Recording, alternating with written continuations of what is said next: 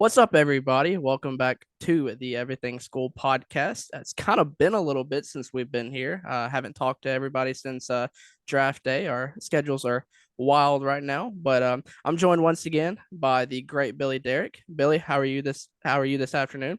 I'm good, Chase. I'm good. Thanks again for having me on. And it's kind of the dead zone, the dead time of sports. No football, but we're still talking football. It feels like everybody's still talking about football whenever you can with the draft and a lot of the Will Levis hype and everything going on. But no, and NBA and NHL playoffs, right? They're heating up right at the same time. You got the Final Four set for those. College baseball coming down the home stretch. So for as many people that may not like this time of year for sports, I've always been a big fan of it, just because you don't have football, but you still got college baseball, which I've always loved, especially in the SEC and, the NHL playoffs. Who doesn't love those games? And the NBA. I mean, the best basketball players in the world going at it. So, it's obviously not the best time of year, but there's still sports going on. And I think that's what, and there's meaningful games going on. That's what I like the most. I'm here with you on that one. I've been watching the NHL playoffs closely. We've kind of come down to we're talking about off air. It's a crazy Final Four. The NBA is back to the bubble conference finals rematch from those games. So it's heating up. Uh, Oh yeah. and even, I mean, the weather's getting nice outside. It's storming right now behind me, but, we're starting to get warm weather, starting to get pool season. So it's one of the best times of the year. So want to capitalize on the talking about the Titans draft because the Titans made a pick and we talked about it, before the draft happened. We were speculating and they picked a quarterback, but it wasn't who I was thinking and hoping for. And I don't know if it was a lot of what Titans fans were hoping for, but the Titans trade up to number 33 on the second day of the NFL draft, and they take quarterback Will Levis out of Kentucky. So I know it's a pick that kind of sparked a lot of controversy. There's fans that are for it and fans are totally against it. I think I'm leaning more toward the totally against it pick, but I'm one of those people. You can prove me wrong. So I'm interested to get what you think about that Will Levis pick. It's interesting when you go back and think about kind of the process of Titans fans and Will Levis being a possibility. A few weeks ago, you're a couple weeks before the draft. We're all talking like there's no way the Titans will draft Will Levis, right? There's no way. There are people talking about I'll give up being a Titans fan if the Titans draft Will Levis, but it was weird for me because I wasn't a fan. I was never really a fan of the Titans drafting him, but when they drafted him, I thought for some reason, okay, this I don't hate it really, and I don't know why, I don't know how, but I hated it up until the Titans actually drafted him, and I sort of thought to myself, I said, why not? Why not? And I don't even compare it to Malik Willis last year, right? I mean, that was a John Robinson mistake. I will never figure out why they drafted Malik Willis. And hot take here. I don't know that Malik Willis is going to be on the Titans roster before long. So I'm throwing that out there. Yeah, I kind of agree with you on that one. I think, especially drafting Levis, you don't take back to back quarterbacks, and your most recent quarterback isn't going to be the one cut first. So No, yeah, and that's the thing about it. You look at Levis and his production. He produced at a higher level than Malik Willis. Willis was a sort of a late bloomer. He was more of a runner, more of an athlete. He wasn't really a quarterback prospect. Will Levis is a he's a legitimate quarterback prospect. And again, I go back to what I said a few weeks ago.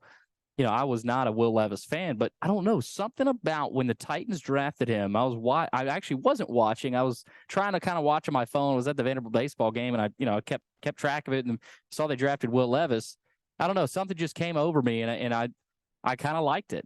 I'm not saying I loved it, but I also I didn't hate it for some reason, and for the way they were confident. They were confident if Levis was there, they were going to trade up and take Levis. And if they knew if the Colts avoided drafting Levis, they were going to take him. And obviously, we know what he's looked like at rookie minicamp. Obviously, I think a lot of that has been a little overhyped. But you know, think about Levis. Chase is the kid's huge. He's got a lot to learn. He's got a big arm. He looks like a guy like Josh Allen, Justin Herbert, and you sort of put some of the pieces together. Maybe 2-3 years, the Titans might have their Josh Allen or their Justin Herbert. I wouldn't bet that, but I think the Titans were they said, why not? Why not? And so, again, I don't love it, but I also don't hate it. I think, and anybody saying this is kind of a Ryan Tannehill Jr., I disagree with that. I mean, I think there are definitely some comparisons to make between Ryan Tannehill and Will Levis, but I think Levis is a different style quarterback. He's got a huge arm, and again, I don't hate the pick, but I'm also not falling in love with it like Mel Kiper Jr. I think he's become a Titans fan here in the last couple weeks. I agree with you. You look at Levis stands at 6'4", 229. I mean, he's what NFL GMs that build. They ogle over that, and that just you don't even have to. I mean, as soon as you say 6'4", 229 as a quarterback with a big arm, Yeah, immediately the drool starts to yeah. show itself. And I mean, I've watched a lot of his film. Last year was kind of a rougher year for him, which he was banged up. Mm-hmm. He was dealing with a foot injury and I think a shoulder injury as well. Yep. So I mean, he has all of the abilities you want out of a quarterback. I mean, you get the Josh Allen comparison. I'm with you. I don't like the Ryan Tannehill comparison. Um, I don't. I think he's got a bigger arm.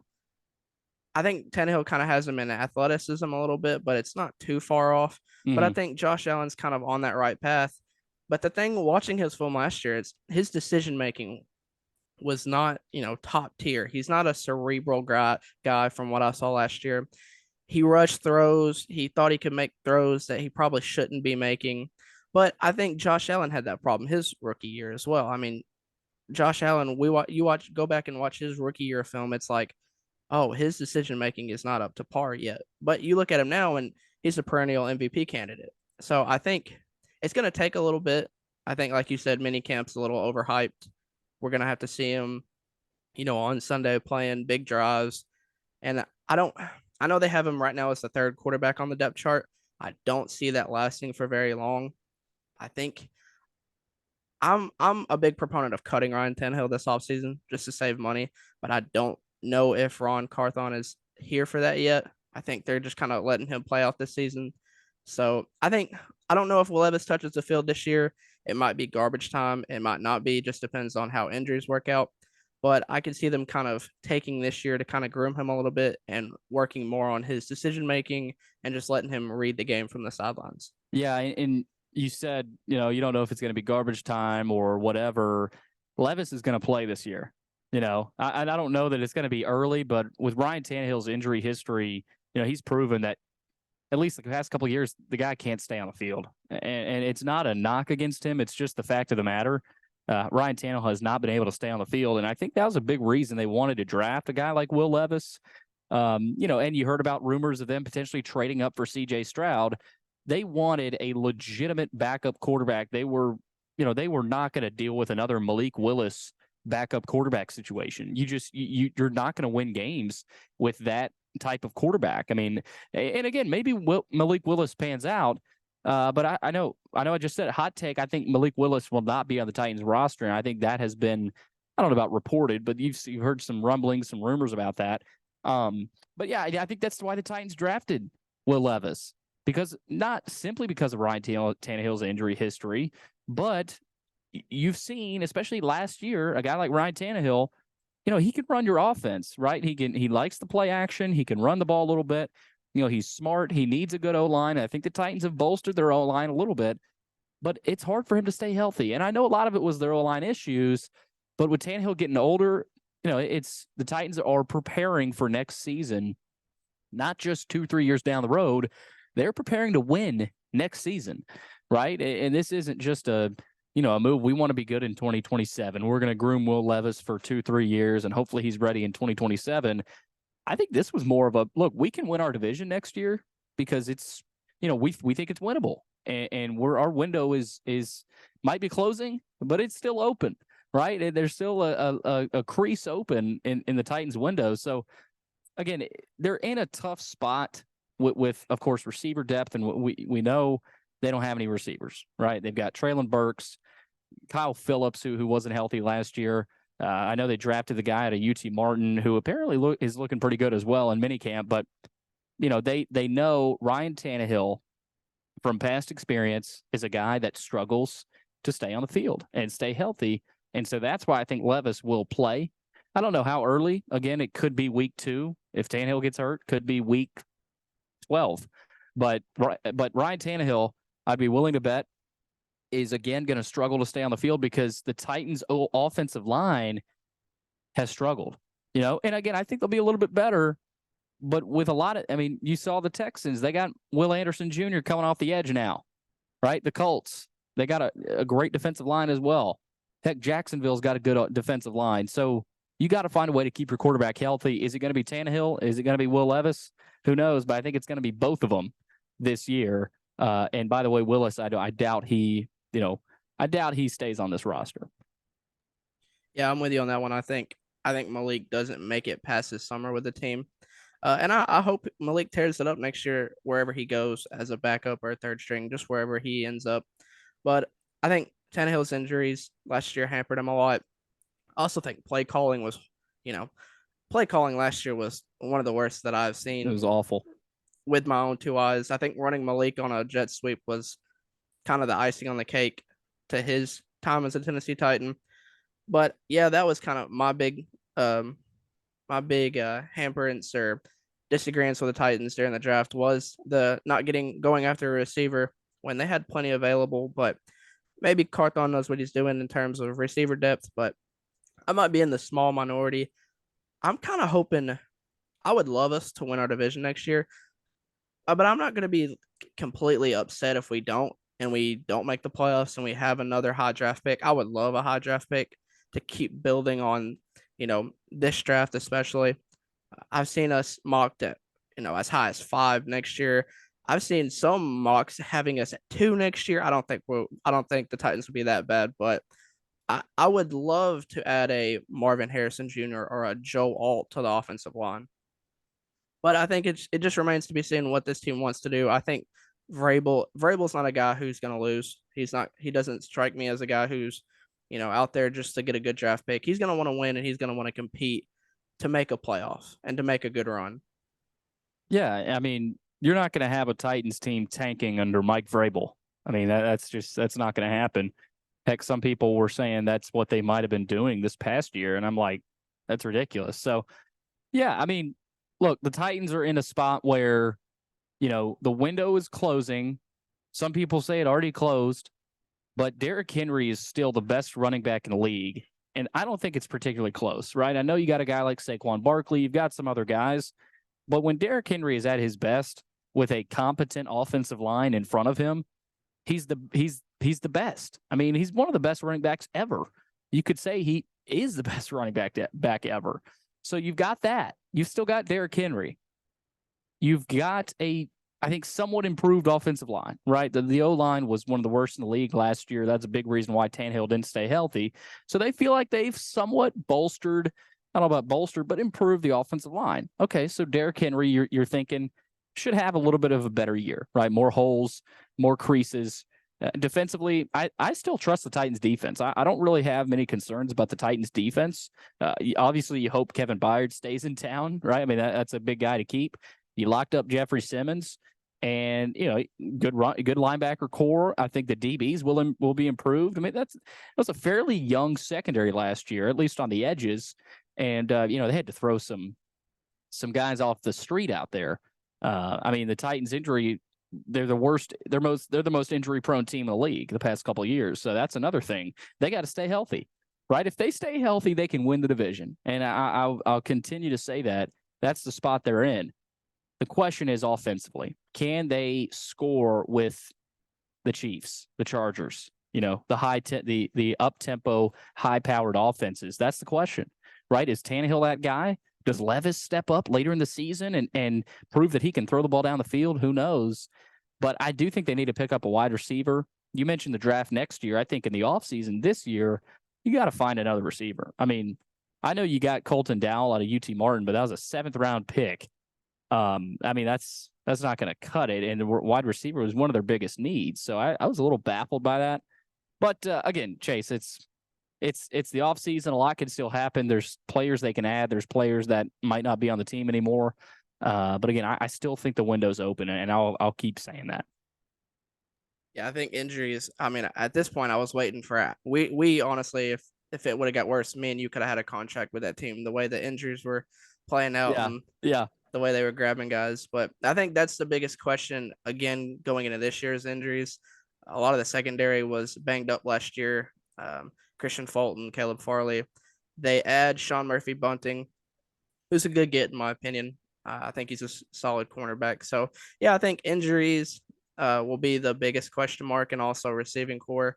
But it's like you said, we still have an offseason to go, and cuts are going to be made. So can swoop in, grab some guys who have been cut. But I think it's an interesting season. They released their schedule last week. We'll dedicate an episode to schedule release. We'll talk about that, give predictions this year.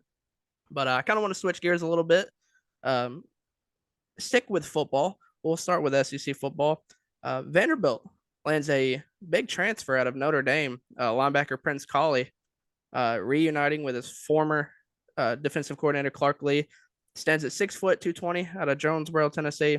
Played in 8 games last year, 13 solo tackles, 1.5 sacks. I've been, ever since that news got announced, I was really excited to get your opinion on that. I know watching Vanderbilt last year, I'm kind of hoping they're a lot really competitive this year. I know Clark Lee has done a really good job recruiting, even in the transfer portal, and I think this continues to show that the improvements that he's made so far to Vanderbilt.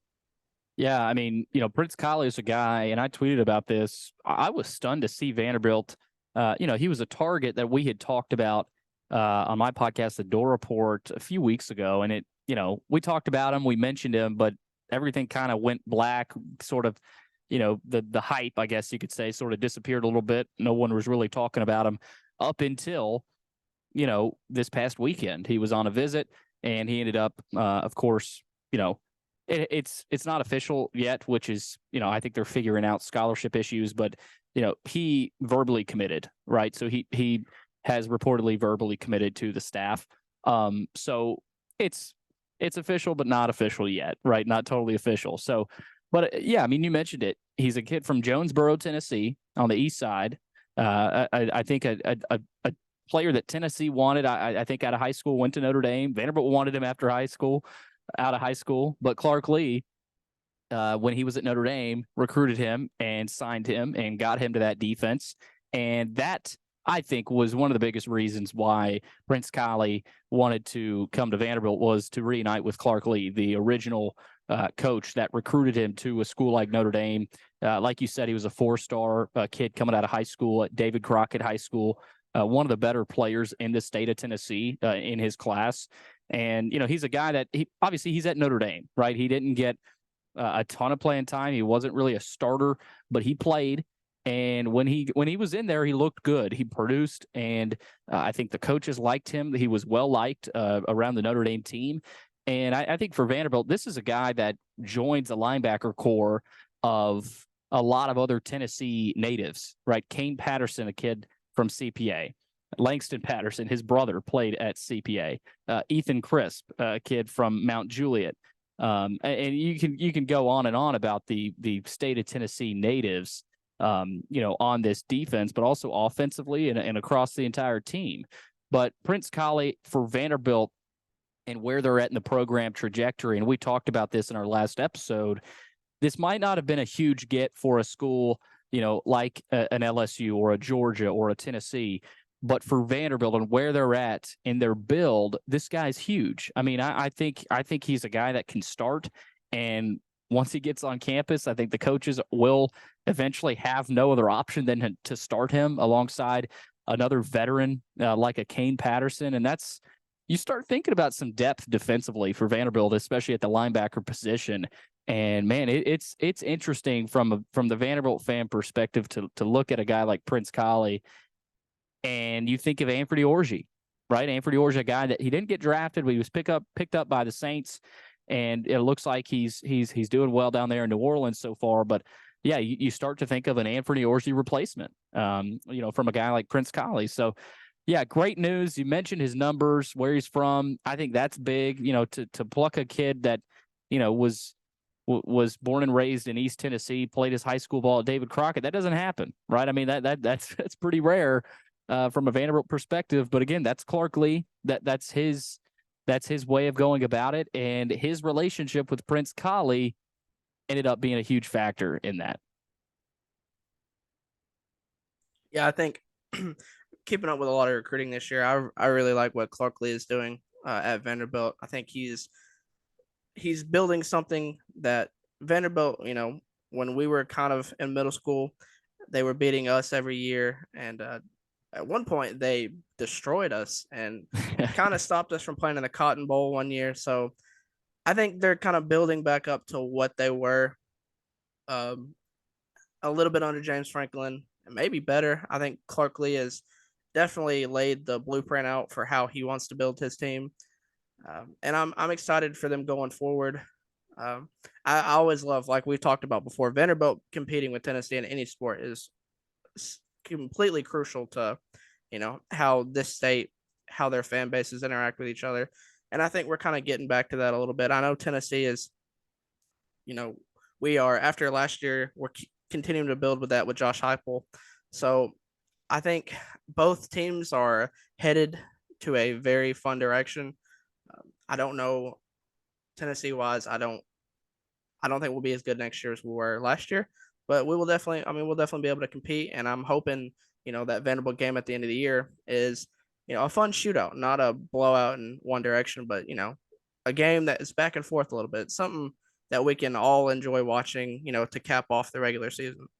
Yeah, I completely agree. And last year's game was a big downer for Vandy fans, and I think, quite frankly, Chase, for Tennessee fans. I mean, I think a lot of Tennessee fans were excited to make the trip over to Vanderbilt Stadium and see a somewhat competitive game. And I think a lot of people around the SEC thought, okay, this Vandy Tennessee game might be a little competitive, right? Vandy's hot. They won a couple SEC games against Kentucky and Florida in a row.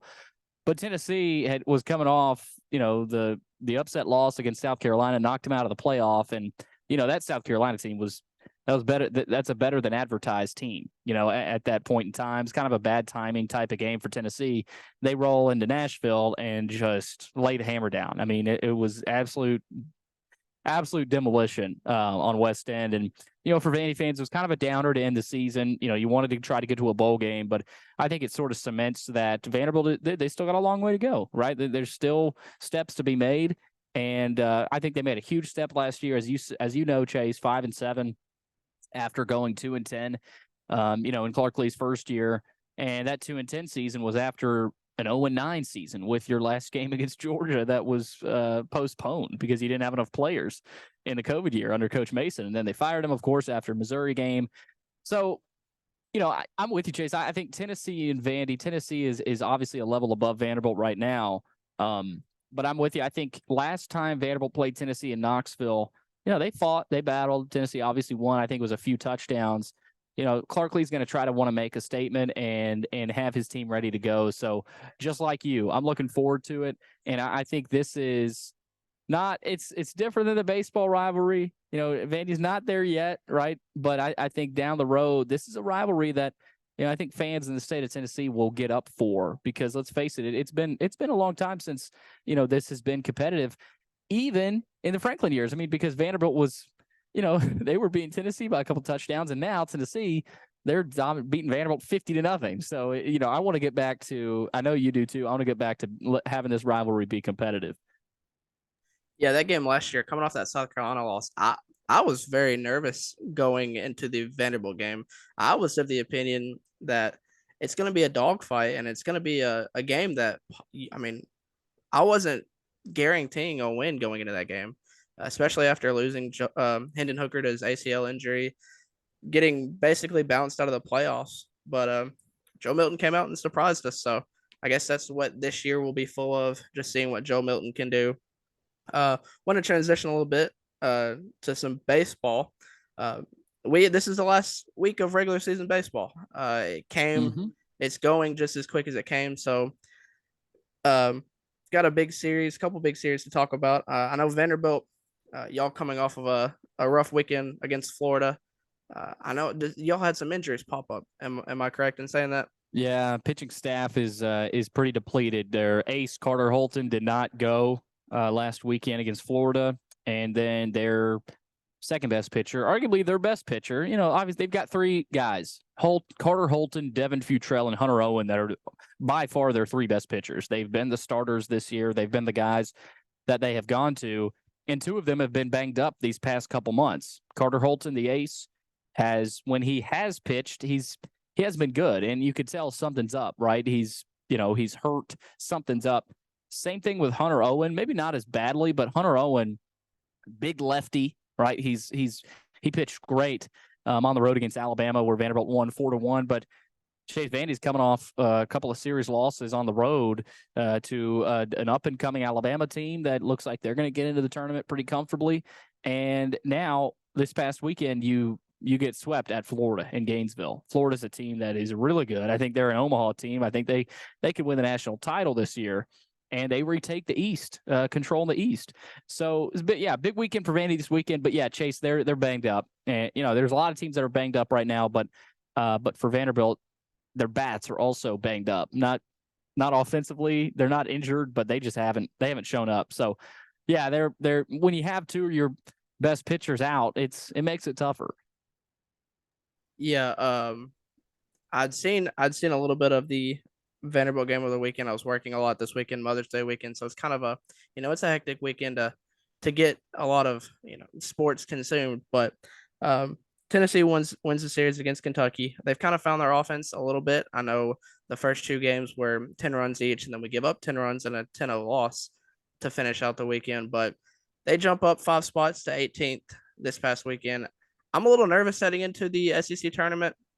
I know we still have one more series against a really, really good South Carolina team this weekend. We've got Belmont tonight, so that's a fun local game. But I think I know we're projected in the regionals right now, but I think if we have a good SEC tournament run and kind of get back, completely to what we used to be. I know we're not going to be as good as last year, but the offense since that Vanderbilt game, bringing back the fur coat and the daddy hat, the offense has kind of been back a little bit, and I know struggled last week against Georgia, dropped the series to Georgia, which kind of surprised me a little bit. But I think if they just keep rolling, keep the momentum up. I mean, we both know SEC tournament, any kind of tournament, it's about how you play heading into it. But if you get hot at the right time, it's hard to beat a team like that, especially in tournament play, and especially on neutral site. It's gonna be difficult for any team to beat a team that gets hot. And I think with Yeah, Vanderbilt's injuries, I still think they can get hot. I'm not counting them out of any SEC tournament play. I would have them as one of the favorites going into the tournament. yeah. I mean, Tennessee and Vandy both, Chase, are teams that you don't want to play in the postseason right now. I mean, for Tennessee, if they don't get to host a regional, they will be in a regional, and that'll be on the road. And I know Tennessee hasn't played well on the road, but you send out Chase Dolander, Chase Burns out of the pen, Drew Beam, Andrew Lindsey, those guys, Tennessee has as good a pitching depth as anybody. And that means you can compete in a regional. I think Tennessee, I've heard a lot about Tennessee maybe not going on the road and being able to win a regional because they've struggled on the road so much.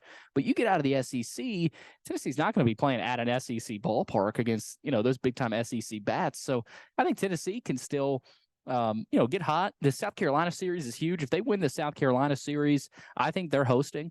They're not going to be a national top 8 seed, but they'll be a top 16 seed, I think. I mean, they're at 18 right now in the rankings, according to D1Baseball.com. So, but yeah, then for Vanderbilt, they can definitely get hot, but I think it's not heading the right direction because their pitching they're not healthy. Right. They've got to get healthy from a pitching standpoint. And if not, they don't have any depth behind those guys in the bullpen and their starters the starters that they've sent out there in replace of those injured guys have not pitched well.